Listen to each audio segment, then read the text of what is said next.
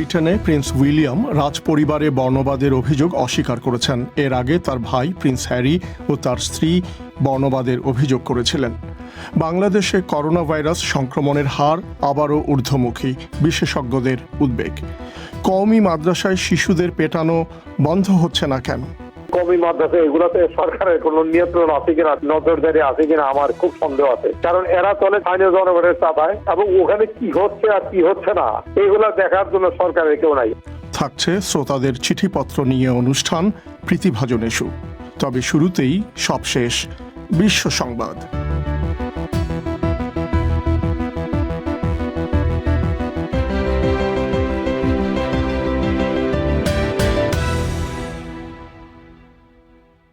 BBC Bangla বিশ্ব সংবাদ পড়ছি মানসী বড়ুয়া। ব্রিটেনের রানী এলিজাবেথের নাতি প্রিন্স উইলিয়াম বলেছেন, রাজপরিবার বর্ণবাদী নয়। ভাই প্রিন্স হ্যারি এবং তার স্ত্রী পরিবারের ভেতরে বর্ণবাদের অভিযোগ আনার পর এই প্রথম তিনি প্রকাশ্যে তার জবাব দিলেন। পূর্ব লন্ডনে সাংবাদিকদের সঙ্গে কথা বলার সময় প্রিন্স উইলিয়াম বলেন, তার ভাইয়ের সঙ্গে এখনো তার কথা হয়নি, তবে কথা বলবেন।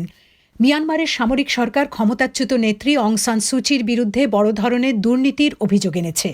সামরিক বাহিনীর একজন মুখপাত্র বলেছেন, মিস সুচি ইয়াঙ্গনের সাবেক একজন মুখ্যমন্ত্রীর কাছ থেকে অবৈধভাবে $6 লাখ এবং স্বর্ণ নিয়েছেন। প্রতিবাদকারীদের হত্যার জন্য সেনাবাহিনী অং সান সুচির দল ন্যাশনাল লিগ ফর ডেমোক্রেসিকে দায়ী করে বলেছে, এসব বিক্ষোভে তারা উস্কানি দিচ্ছে। যুক্তরাষ্ট্রে কৃষ্ণাঙ্গ যুবক জর্জ ফ্লয়েডের হত্যার ঘটনায় মিনিয়াপোলিসের সাবেক একজন পুলিশ অফিসার ডেরেক শাউভিনের যে বিচার চলছে তাতে সভাপতিত্বকারী বিচারক বলেছেন, তিনি অভিযুক্তের বিরুদ্ধে তৃতীয় ডিগ্রি হত্যা বা অবৈধভাবে হত্যার অভিযোগ পুনর্বহাল করবেন। তৃতীয় ডিগ্রির হত্যাকাণ্ডের সর্বোচ্চ শাস্তি হিসাবে 25 বছরের কারাদণ্ডের বিধান রয়েছে। ইসরায়েলের প্রধানমন্ত্রী বেনিয়ামিন নেতানিয়াহুর অফিস নিশ্চিত করেছে যে সংযুক্ত আরব আমিরাতে তার পূর্ব নির্ধারিত আজকের সফর বাতিল করা হয়েছে। বিবৃতিতে বলা হয়েছে, জর্ডানের আকাশসীমা ব্যবহারের বিষয়ে সমন্বয়ের ক্ষেত্রে সমস্যার কারণে এই সফর স্থগিত করা হয়েছে।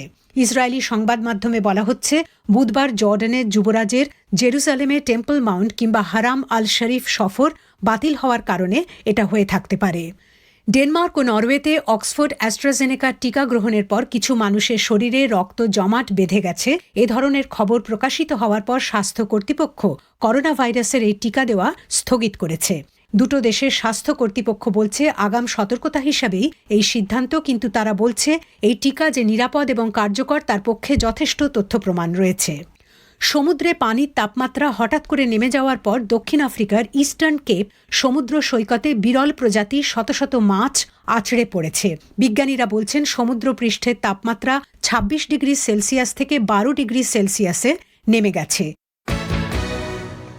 বিবিসি বাংলার পরিক্রমায় আপনাদের স্বাগত জানাচ্ছি, মিজানুর রহমান খান। বাংলাদেশে দেখা যাচ্ছে করোনা ভাইরাসের সংক্রমণের হার গত এক সপ্তাহ যাবৎ ক্রমাগত ঊর্ধ্বমুখী। পরপর দুদিন শনাক্তের সংখ্যা 1000 ছাড়িয়েছে। স্বাস্থ্য অধিদপ্তরের প্রকাশিত পরিসংখ্যানে দেখা যাচ্ছে, মার্চ মাসের শুরু থেকেই সংক্রমণের হার বৃদ্ধি পাওয়া শুরু করছে। মাঝে 2-1 দিন সেটি স্থিতিশীল থাকলেও এরপর থেকে সংক্রমণ বেড়েই চলেছে। পুরো ফেব্রুয়ারি মাস জুড়ে দৈনিক সংক্রমণের সংখ্যা 300-400-তে নেমে আসার পর অনেকেই আশাবাদী হয়ে উঠলেও এখন আবার নতুন করে উদ্বেগ দেখা যাচ্ছে। বিস্তারিত আকবর হোসেনের প্রতিবেদনে। বাংলাদেশে জনস্বাস্থ্য বিশেষজ্ঞদের অনেকেই আশঙ্কা করেছিলেন যে শীতের সময় দেশে করোনা ভাইরাস সংক্রমণের দ্বিতীয় ঢেউ আসতে পারে, কিন্তু সরকারি পরিসংখ্যানে দেখা গেছে এর উল্টো চিত্র। ডিসেম্বর মাস থেকে ফেব্রুয়ারি মাস পর্যন্ত সংক্রমণের হার ছিল বাংলাদেশে নিম্নগামী। ফেব্রুয়ারি মাসের শুরুতে সংক্রমণের হার 3% নিচে নেমে এসেছিল। তখন অনেকেই ধরেই নিয়েছিলেন যে এই হার হয়তো এরকমই থাকবে, কিন্তু মার্চ মাসের শুরুতে যখন তাপমাত্রা বাড়ছে তখন সংক্রমণ এবং শনাক্তের হারও বাড়ছে। সংক্রামক রোগ বিষয়ক গবেষণা প্রতিষ্ঠান IEDCR এর উপদেষ্টা মুশতাক হোসেন ব্যাখ্যা করছিলেন, এখন সংক্রমণ ঊর্ধ্বমুখী হবার কারণ কি হতে পারে। এখন তো গরমের সময় বৈদ্যুতিক পাখা ব্যবহার করতে হচ্ছে কিংবা শীততাপ নিয়ন্ত্রিত যন্ত্র ব্যবহার করতে হচ্ছে। সেই কারণে আপনার ভেতরের বাতাসটা ভেতরেই তারা ঠান্ডা করতে হচ্ছে, বাতাসটা চলাচল করছে না বদ্ধ ঘরে। ফলে এখানে যদি কোনো সংক্রমিত ব্যক্তি থাকে তার কাছ থেকে অন্যদের মধ্যে সংক্রমণটা আরো বেশি ছড়িয়ে পড়ছে খোলামেলা জায়গার চাইতে। এটা দেখা যায় যে শীত প্রধান দেশে শীতের সময় তারা বদ্ধ ঘরে বাতাসটাকে গরম করবার যান্ত্রিক ব্যবস্থা করে, যেটা ঘর গরম করার যে যন্ত্র, সেটাও কিন্তু ভিতরের বাতাসকে গরম করে ভিতরেই রেখে দেয়, বাতাস চলাচল করে না। ফলে শীত প্রধান দেশে শীতকালে এই কারণে সংক্রমণটা বাড়ে। আর আমাদের মতো গ্রীষ্ম প্রধান দেশে এই গরমের সময় সংক্রমণ বাড়ার এই একটা উপাদান যোগ হয়েছে। ডিসেম্বর মাস থেকে রোগী শনাক্তের হার কমে যাওয়ায় অনেকেই বেশ নির্ভর হয়ে উঠেছিলেন। জুন, জুলাই এবং আগস্ট মাসে বাংলাদেশে প্রতিদিন করোনা ভাইরাসে আক্রান্ত ব্যক্তিদের শনাক্তের সংখ্যা 4,000 ছাড়িয়েছিল। সেখানে জানুয়ারি, ফেব্রুয়ারি মাসে শনাক্তের সংখ্যা 400-র নিচে নেমে এসেছিল। সেই সাথে শুরু হয় টিকাদান কর্মসূচি। জনস্বাস্থ্য বিশেষজ্ঞ কাউসার আফসানা বলছেন, শনাক্তের সংখ্যা ব্যাপকভাবে কমে আসায় অনেকেই মাস্ক পরার ব্যাপারে উদাসীন হয়ে ওঠেন। এর ফলে সংক্রমণ আবারও বাড়তে থাকে বলে তিনি মনে করেন। এটা আরেকটা জিনিস আপনি খেয়াল করবেন যে শীতকালে আমাদের মানুষজন কিন্তু মাস্ক অনেক বেশি পরেছে। হ্যাঁ, কারণ শীতকালে একটু মাস্ক পরতে একটু কষ্ট কম হয় মানুষের, যার জন্য মাস্ক পরার অভ্যাসটা যতটা মানে সরকার যেভাবে আমাদেরকে বলছিল, অনেক মানুষই মাস্ক পরেছিল। কিন্তু আমরা যখন দেখলাম গরমকালে আস্তে আস্তে শীতের কারণে আমার মনে হয় যে মাস্ক পরাটা একটু বেশি ছিল, যেটা একদমই কমে গেছে। এবং মাস্ক পরাটা আপনি যেটা কঠিন, এটা ঠিক অনেক ঘন্টা ধরে পরার, কিন্তু যদি আমি চাই তাহলে এটা আসলে আমি পড়তে পারবো, কারণ এটা ডিপেন্ড করবে আমার কতটা মনোবল। আর মানুষের মধ্যে যেহেতু একটা ভাব আছে যে আমার হবে না, এটা কিছুতেই বোঝানো যাচ্ছে না যে আসলে আমার না হতে পারে, কিন্তু আমি কিন্তু ক্যারিয়ার হতে পারি। হ্যাঁ, ইনফেকশনটা ক্যারি করে আমি আরেকজন পাশার যিনি বয়স্ক মানুষ তার কাছে আমি ইনফেকশনটা নিয়ে যেতে পারি। বিশেষজ্ঞরা বলছেন, করোনা ভাইরাসে আক্রান্তের সংখ্যা বাড়লেও মৃত্যুর সংখ্যা এখন স্থিতিশীল রয়েছে। গত 2 সপ্তাহের পরিসংখ্যানে দেখা যাচ্ছে প্রতিদিন মৃতের সংখ্যা গড়ে 10 জনের কমই থাকছে। আকবর হোসেন, ঢাকা থেকে। বাংলাদেশের কওমি মাদ্রাসাগুলোতে শিক্ষার্থীদের বেধড়ক পেটানো এবং যৌন নির্যাতনের অভিযোগ বারবার উঠে এলেও এসব নির্যাতন বন্ধে কার্যত কোনো ব্যবস্থা গ্রহণ করতে দেখা যায়নি। সম্প্রতি 8 বছর বয়সী একজন ছাত্রকে নির্মমভাবে পেটানোর ঘটনা সামাজিক যোগাযোগ মাধ্যমে ভাইরাল হলে বিষয়টি আবার নতুন করে সামনে আসে। শিক্ষা প্রতিষ্ঠানে শিক্ষার্থীদের মারধর করার বিষয়ে সরকার গত কয়েক বছরে বেশ কিছু কঠোর সিদ্ধান্ত নেওয়ার পরেও কওমি মাদ্রাসায় কেন এ ধরনের চর্চা বন্ধ হচ্ছে না? খোঁজ নিয়েছেন ঢাকায় আমাদের সংবাদদাতা সঞ্জনা চৌধুরী। হাসান ওয়ালি ঢাকার একটি আলিয়া মাদ্রাসা থেকে সম্প্রতি দাখিল পাশ করেছেন। শিশু বয়সে প্রায় 5 বছরের মতো তিনি মক্তব, হেফজখানা ও কওমি মাদ্রাসায় পড়াশোনা করেন। ওই কয়েক বছরে পান থেকে চুন খসলে মাদ্রাসা শিক্ষকদের চরম মারধরের শিকার হন তিনি ও তার সহপাঠীরা। বুকে লাথি দিয়ে মাটিতে আছড়ে ফেলে বেত দিয়ে তাদের এত জোরে পেটানো হতো যে অনেক ছাত্র ঘটনাস্থলেই জ্ঞান হারাতেন। ওয়ালি জানান যে কওমি মাদ্রাসাগুলোয় মারধরের বিষয়টি খুব স্বাভাবিক হওয়ায় সন্তানদের সেই মানসিক প্রস্তুতি দিয়েই অভিভাবকরা সেখানে পড়াতে পাঠান। আবার অতি দরিদ্র পরিবারগুলোর বিকল্প উপায় না থাকায় এক প্রকার নীরবেই এই নির্যাতনের বিষয়গুলো মেনে নেন। অনেকেই মাদ্রাসা ছেড়ে দেওয়ার পরে মানসিকভাবে কিন্তু অসুস্থ হয়ে পড়ে। সহপাঠী অনেকে দেখেছি যে তাদের বাবা মা এদিকে কোনো গুরুত্বই দেন না। আমাদের হেফজখানাতে হুজুররাও বলতেন যে যেইখানটাতে হুজুররা মারেন অর্থাৎ ডাকতে হয় ওইটা চোখে পড়ে না। তো এবং যার কারণে তার বাচ্চাকে মারার কোনো জবাবদিহিতা যদি তারা হুজুরের কাছে চান তাহলে পরে বদদোয়া লেগে যাবে কিনা এই ধরনের আশঙ্কা থেকেও তারা হুজুরের সঙ্গে কোনো ধরনের জবাবদিহিতা তাতে আসেন না। কওমি মাদ্রাসাগুলোয় শিশুদের পিটিয়ে হাত পা ভেঙে দেয়া, যৌন নির্যাতন, এমনকি হত্যার ঘটনা এর আগেও বহুবার শিরোনাম হয়ে এসেছে, কিন্তু অবস্থার কোনো পরিবর্তন হয়নি। অধিকাংশ ঘটনা ধামাচাপা পড়ে যাওয়ায় এই নির্যাতনের বিষয়ে সঠিক কোনো জরিপ নেই বলে জানিয়েছেন বাংলাদেশ শিশু অধিকার ফোরামের পরিচালক আব্দুস শহীদ। অথচ বাংলাদেশ শিশু আইনে স্পষ্ট বলা আছে যে শিশুকে শারীরিক বা মানসিকভাবে আঘাত বা অবহেলা করা শাস্তিযোগ্য অপরাধ। মূলত প্রশাসনের উদাসীনতা, অভিভাবকদের অসচেতনতা এবং মানুষের দানে পরিচালিত ওই প্রতিষ্ঠানগুলোয় সরকারের নিয়ন্ত্রণ না থাকাকে কওমি মাদ্রাসায় নির্যাতনের বড় কারণ বলে মনে করছেন মিস্টার শহীদ। কওমি মাদ্রাসা এগুলোতে সরকারের কোনো নিয়ন্ত্রণ আছে কিনা, নজরদারি আছে কিনা আমার খুব সন্দেহ আছে। কারণ এরা চলে স্থানীয় জনগণের চাপায় এবং ওখানে কি হচ্ছে আর কি হচ্ছে না এগুলা দেখার জন্য সরকারের কেউ নাই। এখন স্থানীয় প্রশাসন এবং আমাদের কেন্দ্রীয়ভাবে যারা আছে সরকারের, তারা এই দায়িত্বটা এড়াইতে পারেন না। এর জন্য কঠিন শাস্তির ব্যবস্থা করতে হবে এবং সেটা বাস্তবে প্রয়োগ করে প্রচার করতে হবে। আর তা নাহলে পরে এগুলো চলতে থাকবে। বাংলাদেশের সবচেয়ে বেশি সংখ্যক কওমি মাদ্রাসা যে বোর্ডের নিয়ন্ত্রণে আছে তার একজন কর্মকর্তা এসব অভিযোগ অস্বীকার করে বলেছেন যে আগে এ ধরনের নির্যাতনের ঘটনা ঘটলেও এখন আর তেমন হয় না। তারপরও যে কটি ঘটনা ঘটছে সেগুলো প্রতিরোধে শিক্ষকদের প্রশিক্ষণ দেওয়ার কথা জানান তিনি, যেখানে বেতের ব্যবহার নিষিদ্ধ করা হয়েছে। এছাড়া কোনো শিক্ষার্থী অপরাধ করলে তাকে নির্যাতন ছাড়া কিভাবে শাসন করা যাবে সেই পদ্ধতির ব্যাপারে প্রশিক্ষণ দেওয়া হচ্ছে বলে জানান কওমি মাদ্রাসা বোর্ড বেফাকের কর্মকর্তা মাওলানা আবু ইউসুফি। এছাড়া অভিভাবকদের বলা হচ্ছে তারা যেন সন্তানদের জোর করে না পাঠিয়ে মানসিকভাবে প্রস্তুত করে তবেই মাদ্রাসায় পাঠান। এক সময়ে এগুলি হতো, কিন্তু এখন এইগুলি সাধারণত হয় না।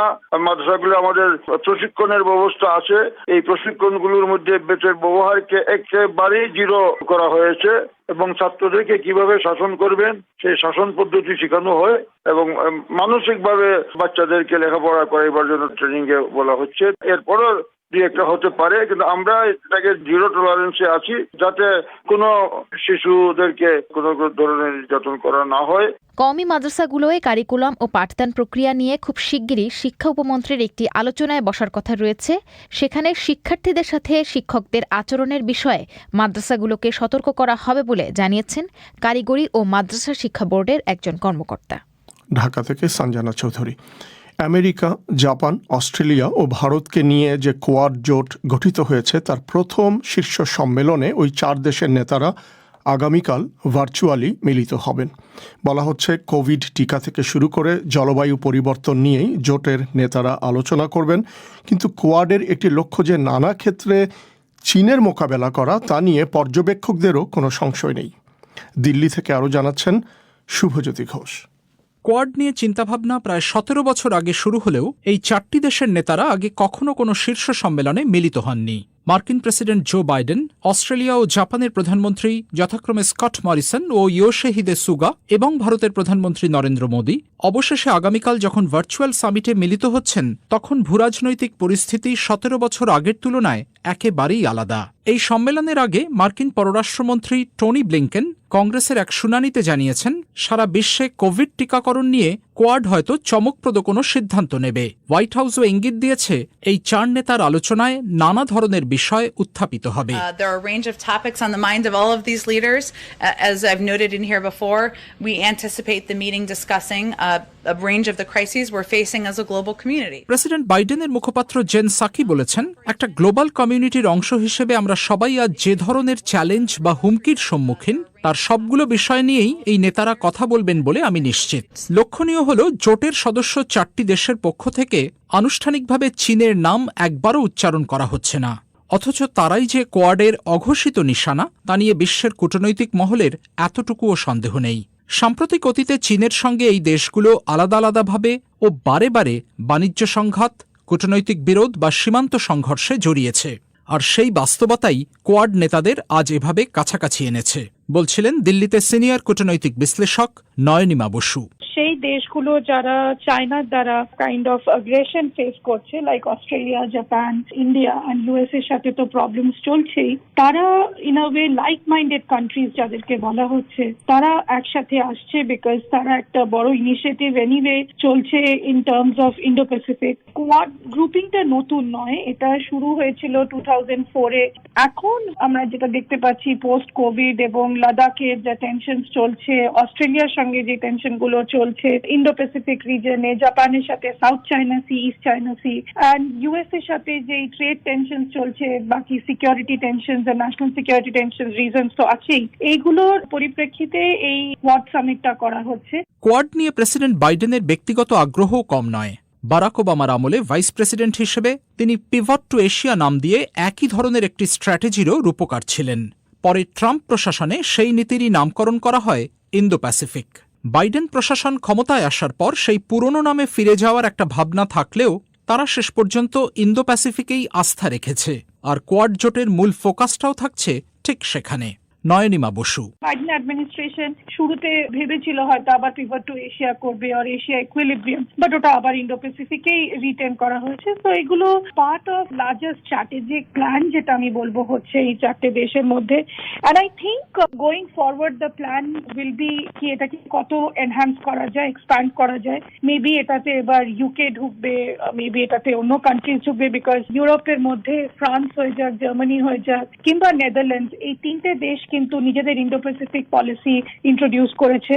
তো এরাও এখন চাইছে যে এরা কোয়াডের একটা পার্টিসিপেশনে আসুক। কোয়াড সামিট থেকে ভারতের মূল প্রত্যাশা কি হবে?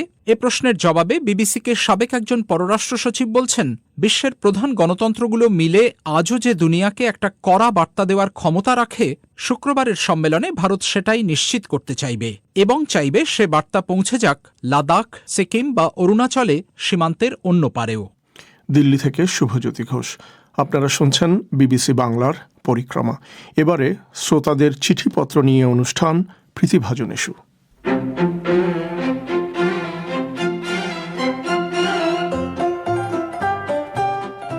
এই সপ্তাহের প্রতিভাজন ইস্যুতে সবাইকে স্বাগত। আজ আপনাদের সাথে আছি মানসী বড়ুয়া আর আমি সাবির মুস্তাফা। বাংলাদেশের ডিজিটাল নিরাপত্তা আইন নিয়ে বিতর্ক এখন বেশ জোরে সোরেই চলছে। যারা মন্তব্য করছেন তাদের প্রায় সবাই এই আইন বাতিলের দাবি করছেন। তবে এখানে ভিন্ন মত আছে, যেমন লিখেছেন সাতক্ষীরার টেকা কাশীপুর থেকে মইনুল হুসাইন। বর্তমানে অনেকেই বিতর্কিত ডিজিটাল নিরাপত্তা আইনকে বাতিল করতে বলছেন। তবে আমি এটার পক্ষে নই, কারণ এটা বাদ দিলে আমরা আরও বেশি সমস্যায় পড়ব এবং ভবিষ্যতে এমন কোনো আইন পুনরায় চালু করতে চাইলে কেমন জটিলতা দেখা দেবে সেটা গভীরভাবে চিন্তা করেছেন। প্রয়োজনে এটার কিছু ক্ষতিকর বিষয় সংশোধন করা হোক। তাছাড়া সবার বাক বা মত প্রকাশের স্বাধীনতা থাকা মানে এই নয় যে যে যা খুশি তাই করব, বলবো ও লিখব। বাংলাদেশে অনেকে মিথ্যা তথ্য দেয়, গুজব ছড়ায়, ফেসবুক, ইউটিউবের মতো মাধ্যমে কাউকে প্রমাণ ছাড়া বিপদে ফেলার জন্যে কোনো ঘটনা ঘটায়। এগুলো দ্রুত শাস্তির ব্যবস্থা থাকুক, এটা চাই। কিন্তু আমরা যদি কোনো দুর্নীতিগ্রস্ত মন্ত্রীর নাম লিখে প্রতিবাদ জানাই, তাহলে কেন জনগণকে উস্কানিমূলক মামলায় জড়ানো হবে, হয়রানি ও অমানুষিক অত্যাচার চালাবে? আপনার আশঙ্কা মোটেই অমূলক নয় মিস্টার হুসাইন। সামাজিক মাধ্যমে কেউ অপরাধের শিকার হলে তাদের অবশ্যই আইনগত প্রতিকারের রাস্তা থাকতে হবে। তবে এই আইনের ব্যাপকতা নিয়ে যেমন প্রশ্ন আছে, তেমনি তার ব্যবহারের ধরন নিয়েও অভিযোগ আছে। আইন সংস্কার করা যাবে, কিন্তু আইনকে রাজনৈতিক হাতিয়ার হিসাবে অপব্যবহার যদি থামানো না যায় বা এই আইন ব্যবহার করে যদি নির্যাতন অব্যাহত রাখা হয়, তাহলে সমাধান তো কিছুই হবে না। বাংলাদেশে বিভিন্ন শিক্ষা প্রতিষ্ঠানে পরীক্ষা নেয়া আর না নিয়ে বিতর্কের মাঝে সৃষ্টি হয়েছে সরকারি চাকরি বা বিসিএস পরীক্ষা নিয়ে বিতর্ক। এ নিয়ে কয়েকজন লিখেছেন, যাদের মধ্যে আছেন রনি আহমেদ। তবে তিনি কোথা থেকে লিখেছেন তা জানাননি। করোনা সংক্রমণের হার গত কয়েকদিন ধরে ঊর্ধ্বমুখী, কিন্তু 19শে মার্চে 41তম বিসিএস পরীক্ষা অনুষ্ঠিত হবে, যেখানে প্রায় 5 লক্ষ পরীক্ষার্থী অংশগ্রহণ করবে। চিন্তার বিষয় এই যে এই পরীক্ষার্থীদের মধ্যে অনেকেই প্রতিদিন করোনা পজিটিভ হচ্ছেন এবং তারা নিয়মিত তাদের রিপোর্ট সহ সংশয়ের কথা ফেসবুকে শেয়ার করছেন। তারা এই করোনা নিয়েই পরীক্ষায় অংশগ্রহণ করবেন। এই পরিস্থিতির মধ্যে দেশের ইতিহাসে সবচেয়ে বড় এই পরীক্ষাটি নেওয়ার যৌক্তিকতা কতটুকু? আমরা সকলে মনে প্রাণে চাই সকলের করোনা ভ্যাকসিন নিশ্চিত করার পরে পরীক্ষাটা নেওয়া হোক। এই মুহূর্তে ভ্যাকসিন ছাড়া পরীক্ষা দিয়ে 5 লক্ষ পরীক্ষার্থীর বৃদ্ধ মা বাবার জীবন ঝুঁকিতে ফেলতে চাই না। বিষয়টি সত্যি জটিল মিস্টার আহমেদ। সরকারকে যেমন স্বাস্থ্যসম্মত পরিবেশে পরীক্ষা নিতে হবে, তেমনি তাদের নিশ্চিত করতে হবে যে সরকারি চাকরিতে নিয়োগ প্রক্রিয়া যেন পিছিয়ে না যায়। সরকার নিশ্চয়ই প্রত্যেকটি পরীক্ষা হলে নিরাপদ দূরত্ব বজায় রেখে সিট সাজাবে এবং অন্যান্য সব স্বাস্থ্যবিধি কঠোরভাবে আরোপ করবে। যদি সেটা তারা না পারে, তাহলে সেরকম ঝুঁকি নেওয়া ঠিক হবে না। সম্প্রতি বাংলাদেশে প্রথমবারের মতো একজন তৃতীয় লিঙ্গের মানুষ একটি টেলিভিশন চ্যানেলে নিউজ প্রেজেন্টার হিসেবে কাজ শুরু করেছেন। সে বিষয়ে লিখেছেন ঢাকার জগন্নাথ বিশ্ববিদ্যালয় থেকে মাসুম বিল্লাহ।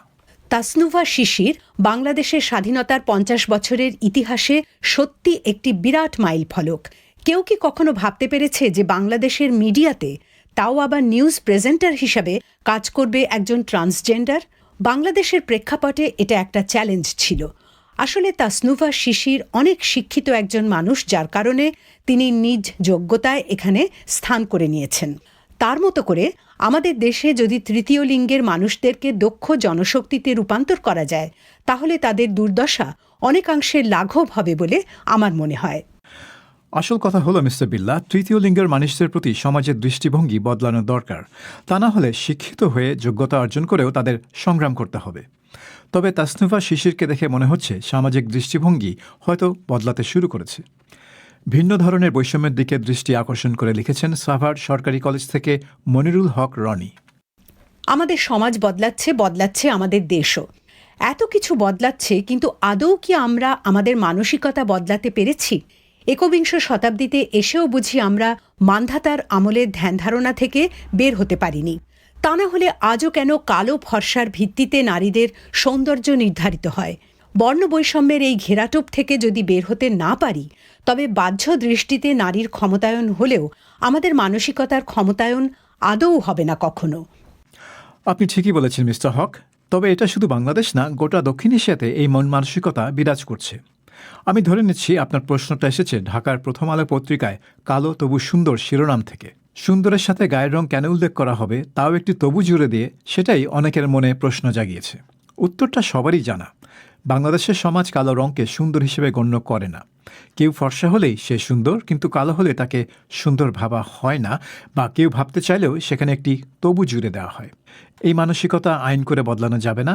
সমস্যাটা আসে পরিবার থেকে, এবং সেখানেই এর সমাধান।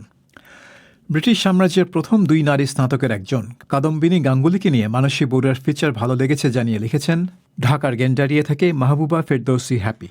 প্রতিবেদনটি পড়ে খুবই অনুপ্রাণিত হলাম এবং তার সংগ্রামের কাহিনী পড়ে মনে হল কবিগুরু রবীন্দ্রনাথ ঠাকুরের জীবিত ও মৃত ছোট গল্পে কাদম্বিনীর মতো সেও মরিয়া প্রমাণ করিল সে মরে নাই। কাদম্বিনী গাঙ্গুলি ছিলেন সমগ্র ভারতীয় উপমহাদেশের প্রথম নারী চিকিৎসক। তিনি প্রতি পদে লড়াই করে ইতিহাস তৈরি করেছিলেন। মানুষের ইচ্ছা শক্তির কাছে আসলে সবকিছুই তুচ্ছ, এবং কাদম্বিনী গাঙ্গুলি সেটাই প্রমাণ করেছেন। ইতিহাস সৃষ্টিকারী সুন্দর একটি বিষয় তুলে ধরার জন্যে বিবিসি বাংলাকে অনেক অনেক ধন্যবাদ। আপনাকেও ধন্যবাদ মিস ফিরদৌসি। আমাদের প্রতিবেদন আপনাকে প্রেরণা দিয়েছে জেনে আমাদের ভালো লাগলো। একই বিষয়ে মন্তব্য করে 2-1টি অন্য প্রসঙ্গের প্রশ্ন করেছেন চট্টগ্রাম প্রকৌশল ও প্রযুক্তি বিশ্ববিদ্যালয় থেকে মাকামে মাহমুদ চৌধুরী। 19 শতকে বাংলার সমাজে পশ্চাৎপদ এবং বহু প্রতিকূলতায় জর্জরিত নারী জীবনের সব রকম সামাজিক বাধার বিরুদ্ধে লড়াই করে ইতিহাস তৈরি করা বাঙালি নারী কাদম্বিনী গাঙ্গুলিকে নিয়ে মানসী বড়ুয়ার প্রতিবেদনটি পড়ে বেশ রোমাঞ্চিত হলাম। তবে প্রতিবেদনের প্রসঙ্গে কৌতূহলী মনের একটি প্রশ্ন হল, আপনাদের কিছু প্রতিবেদনে প্রতিবেদনকারীর নাম থাকলেও অনেক প্রতিবেদনে থাকে না। এক্ষেত্রে নাম উল্লেখ না থাকা প্রতিবেদনগুলো তাহলে কারা তৈরি করে থাকেন? আর বিবিসি বাংলার প্রধান সম্পাদক সাবির মুস্তাফাকে এডিটার্স মেইল বক্স আর প্রীতিভাজনেশু ছাড়া অন্য কোথাও তার খোঁজ পাওয়া যায় না কেন? ভালো প্রশ্ন করেছেন মিস্টার চৌধুরী। যেসব প্রতিবেদন নিজস্ব উদ্যোগে তথ্য সংগ্রহ করে সাক্ষাৎকার নিয়ে তৈরি করা হয়, সেগুলোতে প্রতিবেদকের নাম থাকে। আর যেগুলো অন্য সূত্র থেকে খবর নিয়ে বা ইংরেজি থেকে অনুবাদ করে করা হয়, সেগুলোতে লেখকের নাম দেওয়া হয় না। আর আমি প্রীতিভাজনেশু এবং এডিটার্স মেইলবক্স তৈরি করি কারণ এই চিঠিপত্রের আসর আমাদের জবাবদিহিতার জায়গা। আরও হরেক রকমের কাজের কারণে অনুষ্ঠানের অন্য কোথাও যুক্ত থাকার সময় আমার হয় না। বিবিসি বাংলার নতুন সাপ্তাহিক টেলিভিশন অনুষ্ঠান বাংলাদেশ ট্রেন্ডিং তার যাত্রা শুরু করল সোমবার 8 তারিখে। সে বিষয়ে লিখেছেন খুলনার দাকব থেকে মুকুল সর্দার। ফয়সাল তিতুমিরের উপস্থাপনায় বাংলাদেশ ট্রেন্ডিংয়ের প্রথম পর্বটি দেখলাম। অসাধারণ উপস্থাপনা এবং গুরুত্বপূর্ণ ট্রেন্ডিং বিষয়গুলোর সত্যতা খতিয়ে দেখার প্রচেষ্টা, সব মিলে অনুষ্ঠানটি বেশ উপভোগ করলাম। চমৎকার উপস্থাপনার জন্য মিস্টার তিতুমিরকে অভিনন্দন এবং তার সফলতা কামনা করি। একই সাথে বিবিসি বাংলাকেও ধন্যবাদ জানাচ্ছি এমন একটি অনুষ্ঠানের পরিকল্পনা করার জন্য। তবে এখানে একটি বিষয় আমি জানতে চাইব, বাংলাদেশ ট্রেন্ডিং সম্প্রচারের জন্য সোমবারের প্রবাহকে বন্ধ করে দিতে হলো ঠিক কী কারণে? বিবিসি বাংলার টেলিভিশন অনুষ্ঠান প্রবাহের দর্শক কি কমে যাচ্ছে বলে আপনারা মনে করছেন? না মিস্টার সর্দার, প্রবাহর দর্শক কমছে না। প্রথমত 2 দিন প্রবাহ রেখে আমাদের দর্শক সংখ্যা খুব বেশি বৃদ্ধি পায় না। তবে নতুন অনুষ্ঠানের মাধ্যমে নতুন দর্শক আকর্ষণ করা সম্ভব। তাছাড়া চ্যানেল আইতে আমাদের জন্য সপ্তাহে 3টি দিন বরাদ্দ আছে। আমরা ক্লিক বহাল রেখে বাংলাদেশ ট্রেন্ডিং চালু করছি, কাজেই প্রবাহর একটি পর্ব বাদ দিতেই হবে। মিস্টার সর্দার আরেকটি চিঠিতে জানতে চেয়েছিলেন এমন একটি অনুষ্ঠানের পরিকল্পনা করা হয়েছে ঠিক কী কারণে। এই প্রশ্নের উত্তরে আমাদের প্রেস রিলিজে দেওয়া বক্তব্য আবার বলি, আর সেটা হচ্ছে বাংলাদেশে তরুণ প্রজন্ম যেহেতু খবরের জন্য ক্রমশ সামাজিক মাধ্যম ব্যবহার করছে, তাই এই প্রজন্মের চাহিদা মেটানোর জন্য নতুন অনুষ্ঠানের প্রয়োজন আমরা অনুভব করছি। এই অনুষ্ঠানের মাধ্যমে তরুণ দর্শকদের আমরা চলমান ট্রেন্ড সম্পর্কে বিস্তারিত জানাবো এবং তাদের সাথে নিয়ে ভাইরাল খবরের সত্য মিথ্যা যাচাই করব। এমন কোনো বিষয় থাকবে না যেটা বাংলাদেশ ট্রেন্ডিংয়ের আওতার বাইরে থাকবে। তবে অনুষ্ঠানের পর্বটি ভালো লাগেনি বলে জানিয়েছেন ঢাকার ধানমন্ডি থেকে শামীমউদ্দিন শ্যামল। বিবিসি নিউজ বাংলার নতুন অনুষ্ঠান বাংলাদেশ ট্রেন্ডিং খুব একটা ভালো লাগছে না। আমি যে কয়েকটি ছোট ছোট পর্ব ইউটিউবে দেখেছি তার কোনোটিতেই তেমন নতুনত্ব খুঁজে পাইনি। বিবিসি প্রবাহ কিংবা ইউটিউবের জন্য যে ছোট ছোট ভিডিওগুলো তৈরি হতো এবং বিষয়বস্তুগুলো যা নির্ধারণ করা হতো সেই রকমই প্রায়। শুধু ভিন্নতা বলতে সোশ্যাল অ্যাক্টিভিস্টদের গেস্ট বানিয়ে তাদের মতামত নেওয়া এবং বিষয়গুলো নিয়ে সাধারণ গল্প আড্ডার মতো সময় পার করা। এ অনুষ্ঠান চালিয়ে গেলে সাম্প্রতিক বিষয় নিয়ে তরুণ সোশ্যাল অ্যাক্টিভিস্টদের নিয়ে ফেসবুক লাইভ বাদ দিতে হবে, নতুবা গতানুগতিক হয়ে যাবে সব অনুষ্ঠানগুলো। অনুষ্ঠান আপনার ভালো নাও লাগতে পারে মিস্টার শামীমউদ্দিন, কিন্তু এখানে কোনো নতুনত্ব খুঁজে পাননি দেখে আমি বেশ চিন্তিত হয়ে পড়েছি। বিবিসি প্রবাহের সাথে এই অনুষ্ঠানের কোনো মিল আছে বলে আমাদের মনে হয় না। আর প্রতিটি গল্প ভিন্নভাবে নতুন দৃষ্টিভঙ্গিতে পরিবেশন করা হয়েছে। সোশ্যাল মিডিয়া অ্যাক্টিভিস্টদের প্যানেলে নিয়ে আসাই অনুষ্ঠানের লক্ষ্য ছিল। তবে আমাদের ফেসবুক লাইভ রাখা হবে কিনা সেটাও ভিন্ন ব্যাপার, এই অনুষ্ঠানের সাথে তার কোনো সম্পর্ক নেই। সবশেষে বলবো, সবে প্রথম পর্বটি প্রচার হলো, আরও কয়েকটি দেখুন, হয়তো আপনার মত পাল্টাতেও পারে। বিবিসিকে নিয়ে ছোট একটি প্রশ্ন করে লিখেছেন মানিকগঞ্জ থেকে অরবিন্দ রায়। বিবিসি প্রায় সারা পৃথিবী জুড়ে অনেকগুলো ভাষায় প্রচারিত হয়। বিবিসির কি কোনো রাজনৈতিক বা সামাজিক উদ্দেশ্য আছে? বিবিসির অনেক খবরই বিশেষ উদ্দেশ্য প্রণোদিত মনে হয়। বিবিসি বাংলার মাধ্যমে কি জানতে পারি বিবিসি ভিশন এবং মিশন? বিবিসির ভিশন এবং মিশন নিয়ে বলতে গেলে অনেক সময় লেগে যাবে মিস্টার রায়। এটুকু বলতে পারি, বিবিসি বিশেষ কোনো রাজনৈতিক উদ্দেশ্যে অনুষ্ঠান প্রচার করে না।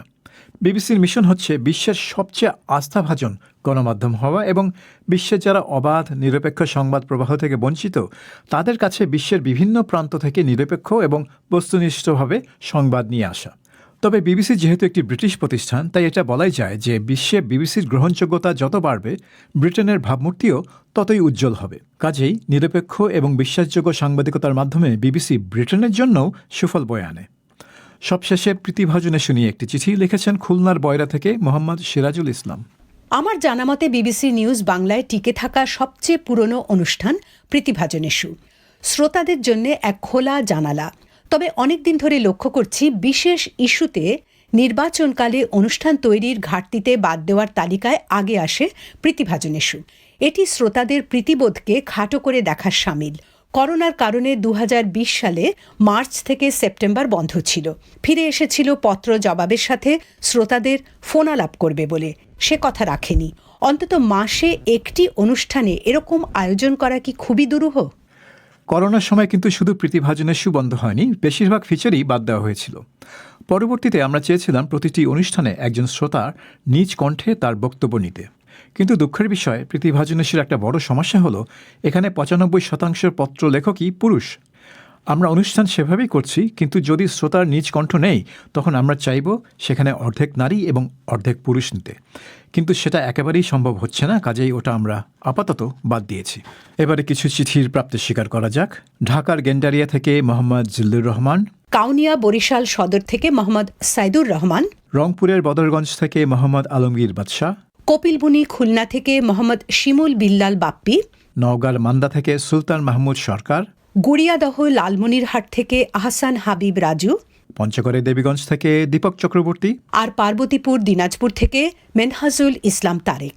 অনুষ্ঠানের সময় শেষ। শোনার জন্য সবাইকে ধন্যবাদ। অনুষ্ঠানটি পরিবেশন করলেন সাবির মোস্তফা, সঙ্গে ছিলেন মানসী বড়ুয়া। শেষ করার আগে সংবাদ শিরোনাম। ব্রিটেনে রানী এলিজাবেথের নাতি প্রিন্স উইলিয়াম রাজ পরিবারে বর্ণবাদের অভিযোগ অস্বীকার করেছেন। এর আগে তার ভাই প্রিন্স হ্যারি ও তার স্ত্রী রাজ পরিবারে বর্ণবাদের অভিযোগ করেছিলেন। বাংলাদেশে করোনা ভাইরাস সংক্রমণের হার আবারও ঊর্ধ্বমুখী, বিশেষজ্ঞদের উদ্বেগ। আমাদের আগামীকালের অনুষ্ঠান শোনার আমন্ত্রণ জানিয়ে বিবিসির লন্ডন স্টুডিও থেকে আমি মিজানুর রহমান খান আজকের মতো এখানেই বিদায় চাইছি।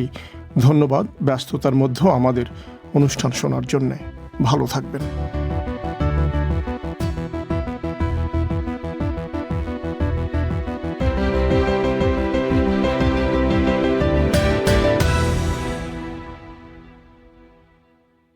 sectors are at bbcworldservice.com.